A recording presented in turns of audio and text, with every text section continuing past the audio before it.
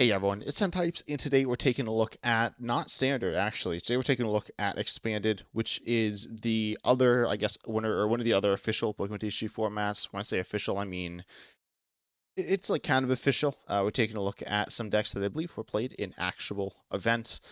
These are, expanded played more in Japan. It's not played too much internationally. They could play on live, and it's kind of cool. It's a format where you're able to play cards from black and white on, and that means that, of course, there are lots of decks that are good that aren't standard, that are in expanded here. As you'll see, most of the Pokemon that are good are on the newer side of all the cards legal in expanded, but in terms of trainers, you'll see trainers as well as support Pokemon from different eras of the Pokemon TCG. I'm not going to go into like necessarily the whole meta, but if you want to see that, you can ask me that in the comment section. I'd definitely be interested in making like a full meta breakdown of expanded. I don't play this format too much, but I would be interested in like looking into that or even playing some expanded because I play it some, but I could make some videos on that. But ultimately, the meta is mostly Regidrago. I'm not going to spend too much time on Regidrago here, or even the trainers. I've done this a bunch in the past, and again, subscribe if you want to see more of that. But Regidrago is the best deck in Expanded, and I've kind of described it like the Dragapult of Expanded. Dragapult is actually in this deck as well. It's, I believe, the main attacker. You're actually copying Dragapult using Regidrago VSTAR. You're copying a variety of different Pokemon. Some of it actually plays pretty similarly to Slowking EX, and if you enjoyed Regidrago and you're playing standard, I'd say play ends. Technically, Slowking is also similar, in some ways more similar, but also definitely pretty inconsistent. Regidrago V-Star is relatively consistent. It's not absurdly fast. It can't really, attack turn 1. It can attack turn 2 pretty consistently, but gets it by manager disruption, which certainly could happen. Then you're relying on like Raihan or Crispin, but Crispin's just a one of within the deck. There are ways to search it out through the use of Tapu Lele GX, which you can search out using Mysterious Treasure, which is a cool little item card in the format, as well as Versus Seeker plus Battle Compressor, or obviously you could just like draw into it, but you could also prize it, and it looks like there's not any way to get it out of there. So ultimately, you're not a crazy fast deck, but you do have disruption. And if you're a deck playing an expanded, you need to certainly keep this deck in mind because it is a deck that has disruption and solid power versatility as well. You have spread in the deck. You also have some again disruption with your attacks by locking off certain things, even more so than you see in standard. We do see a Badoo to item lock. You have special energy lock. You have, I believe, Stadium. What's Neuron do? I actually don't. The Neuron EX. Neuron EX in standard, or not in standard.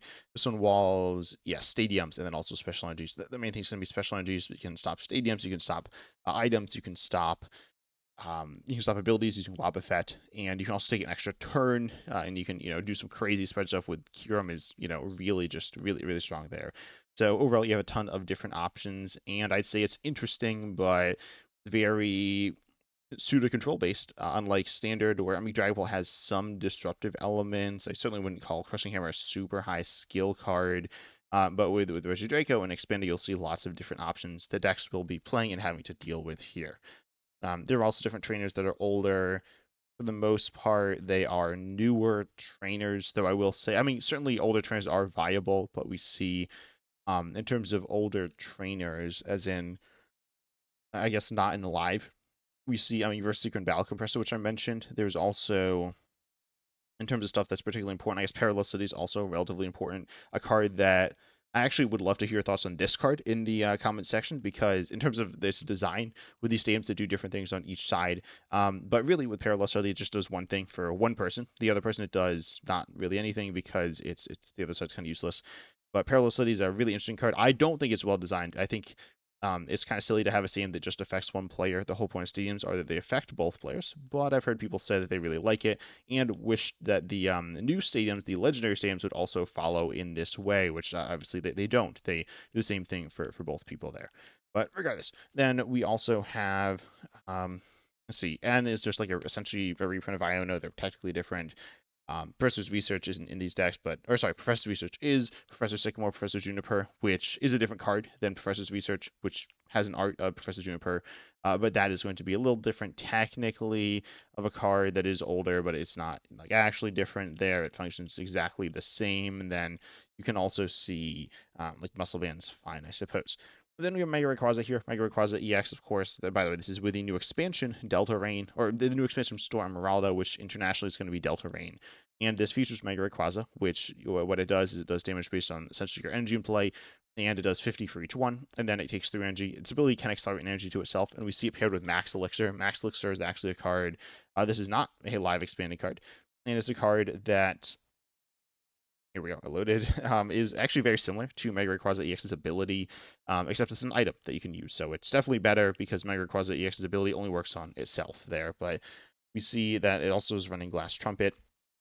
It's also running Tapu Koko Prism Star, which in some ways functions very similarly to Glass Trumpet. So we have these different forms of energy acceleration. We also have Welder on top of that, which is a very powerful supporter, accelerating 2 fire energies from hand, drawing you through cards as well. So just some really powerful cards here, with energy acceleration being something that in expanded, I mean, in standard it's okay. In standard it's solid. In expanded it gets, even better and is honestly crazy. Most Pokemon you can start a lot of energy to with the Lugia V-Star deck, which I don't think we're looking at today, but is the second best deck in expanded. That deck is very much focused on energy acceleration to any Pokemon, and it does it relatively easily there. With Arc Gaps, I should say, that's the Pokemon doing the energy acceleration.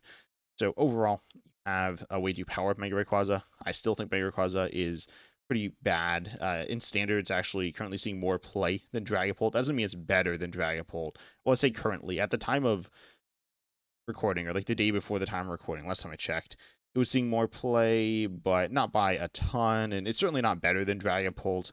I don't think it's a top 10 deck. I think it's worse than Mega Excadrill. I think it's worse than Hide and Sneak. I think it's also worse than, I guess, Toucannon as a deck. Toucannon as a deck's a little weird.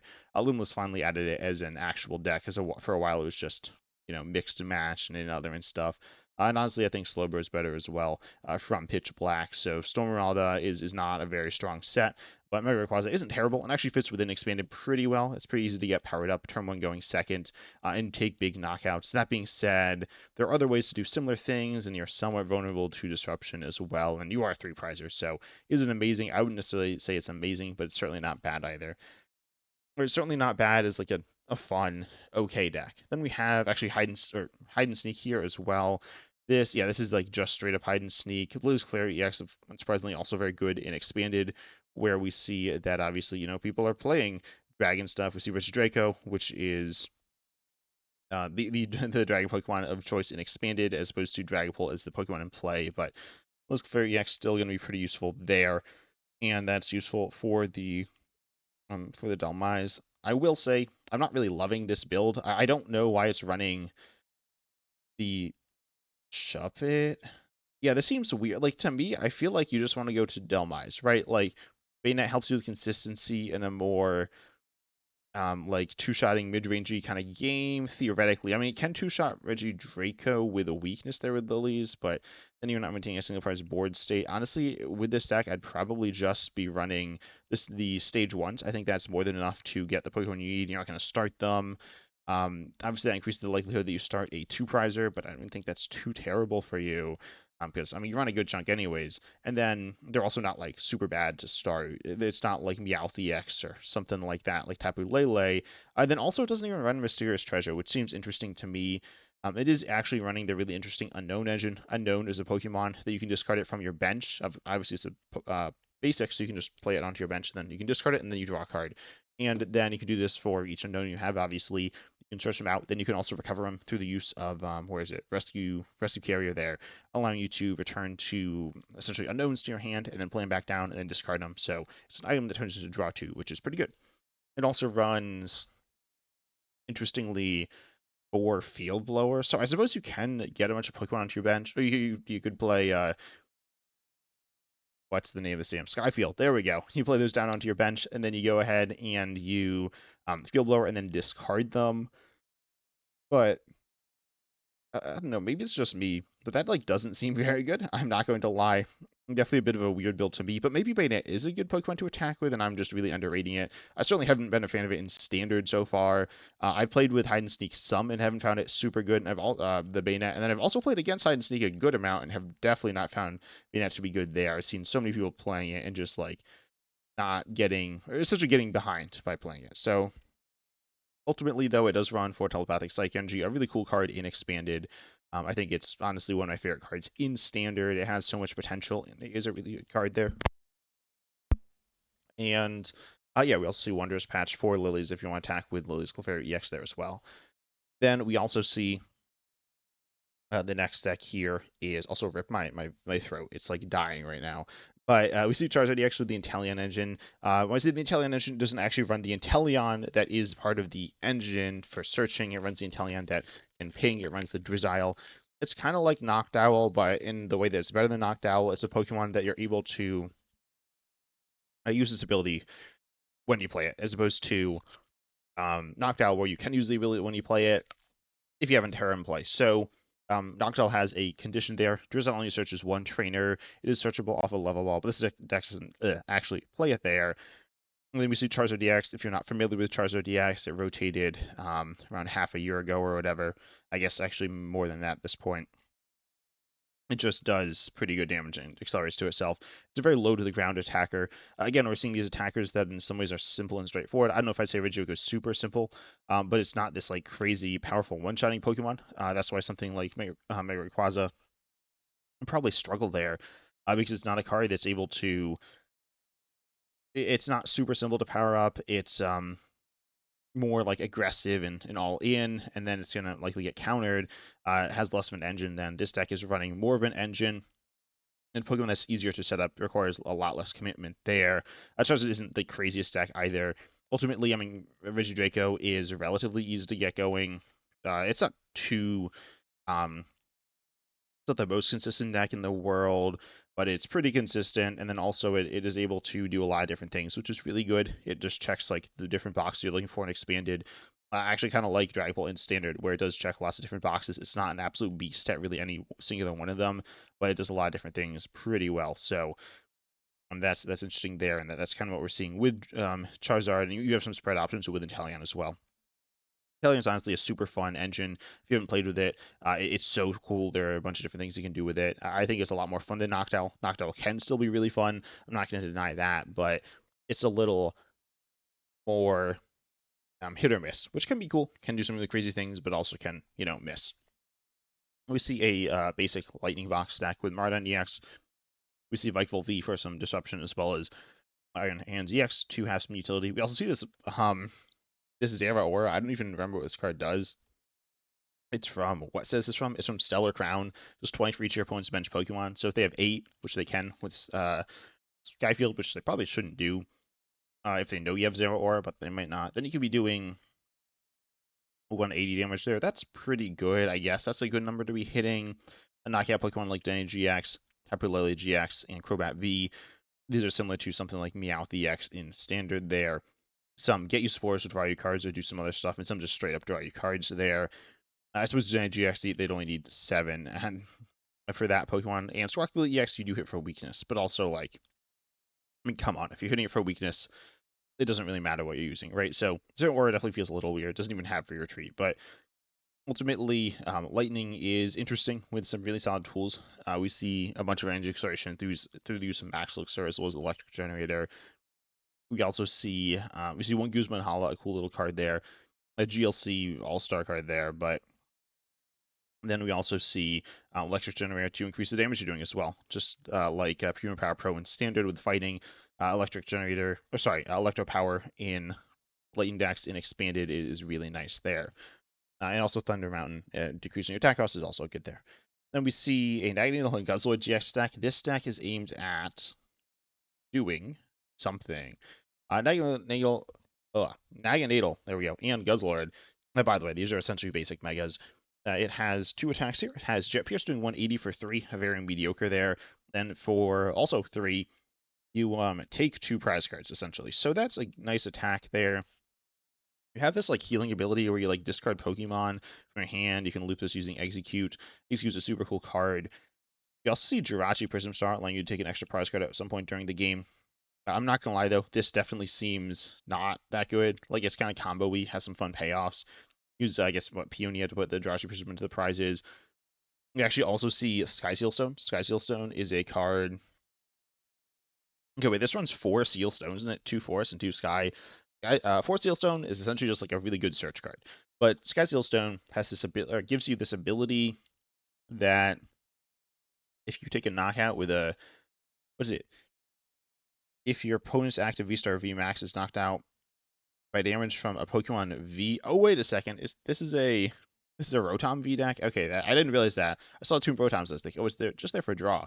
No, it runs Rotom V, which is an interesting Pokemon, which has a draw ability, then it ends your turn. But it has this attack here for 2 lightning. You put any number of tools from your discard into your lost zone. You do 40 for each card put there this way. You can put up to 12. Or take a knockout on, say, a Regidrago. You're going to need to put 6 there. It seems doable, but not super easy, even with Battle Compressor. But it seems funny. Rotom V is a card that I know some people really like. It's a silly card. It's a good card with this ability, but its attack's definitely interesting. Not the best, but is still really fun there. We see Slowking, of course, copying Pokemon from the top of your deck there, and then we see it paired with a bunch of different Pokemon. We see some Snipe Pokemon. We see Kyurem, Metagross, and Standard. We also see a Veltal instantly knocking out your opponent's active. Guzzlord taking extra prize with a knockout there. Pair it with the Magcargo, which puts cards from your deck directly on top. It's like a singular save from next code breaking, which we don't even see in the list. Then we see Oranguru, swap a card from your hand with the top card of your deck. These two cards, Oranguru is going to be like Academy at Night there, and they're both pretty low maintenance there. So definitely really fun. I think Slowking's a super cool deck. I think in Standard it's fine. It's a little, I don't know if I'd say boring. It's pretty hit or miss because you can just like not set up. It's a deck that I played against a bunch, and probably half the time it like doesn't really do anything, and my opponent like concedes early because they just don't really get anywhere. It can make comebacks. It's kind of scary, but again, a lot of times it doesn't really do too much. And in Expanded, you have more consistency options, and this also allows you to play more different options to do different things, different attacking options there because you have more consistency. So honestly, just a super cool deck. I'll see Ninja Boy, a goofy card there, but overall, some cool things in it. We see Ceruledge, just got lots of fire energies. Honestly, a pretty simple, straightforward deck. A kind of fun deck. It works really well in Expanded, but also it is very simple there. So not too much to say about it here. Though I guess a bunch of new, nice little expanding cards. Your Gardevoir EX, any fans of that, then you'll like this in Expanded. It's similar, but runs some powerful stuff as well that's Expanded exclusive, even not playable in live, like Wobbuffet there, which I'm happy that you can't play it in live. I mean, okay, I don't know if I'm happy that you can't play in live exactly, but I don't like to play against Wobbuffet because I like to play the game. So, anyways, we see Gardevoir, shockingly similar to what it looked like in Standard there, to be honest. And then we also see MUV Max. It's like copy some stuff. And, well, he copies, when I say some stuff, it's a pretty generic attacker, to be honest. And then you have powerful draw. This is like really leaning into the draw. It runs, I guess, no, it runs Disruption through use of Gardevoir as well. Another ability lock Pokemon, kind of like Wobbuffet there. And then, yeah, mostly just like MUV Max plus ability lock there. Nothing too crazy. Then we got Beedrill EX. This is definitely interesting. It's actually only running 1 copy of Force of Vitality, which is really interesting to see. It's running 2 copies of Turffield Stadium. It just searches for grass evolutions. But honestly, I'm not sure why this is only running 1 copy of Force of Vitality. It definitely seems very important. It runs 2 copies of Rare Candy to allow you to use that there. I feel like you want Force of Vitality in play early on like turn 2 there. Oh wait, this actually runs the, no, I didn't even see this at first, but it runs the Beedrill. This card is so fun from Vivid Voltage, one of my all-time favorite cards. It's not good. I'm not gonna lie, this card's it's kind of bad. It's kind of bad. But Beedrill with the ability Elusive Master lets you put it straight into your bench from your hand if you have no cards in hand. Well, sorry, if you have just Beedrill in hand, because you obviously need that to play it. And then it's Beedrill and it's in play, and Beedrill EX. If you didn't actually know this, because it doesn't really matter in Standard, Beedrill EX does damage for each Beedrill and Beedrill EX you have in play. In Standard, there are only Beedrill EX, so I don't, like, I guess we'll get some Beedrill at some point. Maybe they're just future-proofing, but Beedrill EX here is actually able to attack using the single prize Beedrill. I still do think another Force of Vitality or more Rare Candies would probably be good. It runs 2 Rare Candies in 1 Force, so if you're looking for that turn 2 attack with the Beedrill EX, you do need one of those, and you have Peony. Peony is actually interesting. It discards your hand and then searches for 2 trainers, so that can like kind of get there. It definitely feels like some sketchy elements to the list though, but kind of cool. Then we have a spread deck using Dusknoir and Dusclops and Coughing here. you just discard stuff. Also runs the supporter Roxy. This, if you discard coffee, you ping your opponent's for each coffee you discard there. And Roxy is actually very similar to the current standard card, which is Gwen. Actually, I kind of forgot Roxy couldn't discard certain rule box Pokemon. It could still discard V's apparently. I played this a little, but mostly just with a little bit with the Coffee and Weezing there. But that's where it's being played here too. But it is a good draw splitter. So if you're playing standard, you can play Gwen as well, which is a good card. But you just disrupt it a little bit, you ping your opponent a bunch, and then they lose, and you move the damage counts around as well with the other Dusknoir, which is kind of fun. Telepathic Psychic Energy, also very good. Then we see this these last two control decks. We see Tatsugiri EX, and then we see Pidgeot EX. One of these cards is generally a better card, but Tatsugiri EX in Expanded actually works pretty smoothly with the use of Double Dragon Energy, which is one of the best Pokemon cards ever, in my opinion, I think. And one that I think is still on ban watch in Expanded. I don't think it's just going to be banned, but I'd say 30% chance it gets banned. That's where I'm at right now. There's a point at which I was probably on the other side, like 70% chance, but it is possible it gets banned, not because of the stack, but because of Regidrago predominantly, which is, again, emphasis on the dominant part there. But then we see that you're setting up a bunch of stage 2s in play. You have actually this Orbeetle, you get more stage 2s, which is kind of funny. And then you also have these different Pokemon that can like disrupt your opponents. Their item lock, you can retreat lock, you can ability lock, and you can also item lock, ability lock, special energy lock. I don't know if I said that one. You can also play two supporters with Magnet Zone, a really cool card there. It runs this Gudra. I don't even remember what this card does. I'm not gonna lie. You can also supporter lock with the fossil Bootops. There we go. This Gudra does. Tool locked. You can tool lock as well. Exciting stuff. Then you like get rid of their energy and stuff. Honestly, not the most interesting deck. Like it's funny when you like Tatsugiri though. It's pretty funny there. When we get Pidgeot Control. Pidgeot Control is a similar idea. You actually use Team Evolution twice to evolve into using Bunnelby, because you can double attack there to evolve into your Pidgeot EX and or your Vileplume there. We actually see multiple copies of Mega Frostlass EX as well, which is really interesting. A card that I wasn't really expecting to see here, but I mean, yes, it does very big damage pretty consistently. You also see this Team Rockets card. Oh, Team Rockets Harassment. Shuffles their hand to their deck and draws 5. Weird, I guess better judge. I don't know, just a very bizarre card.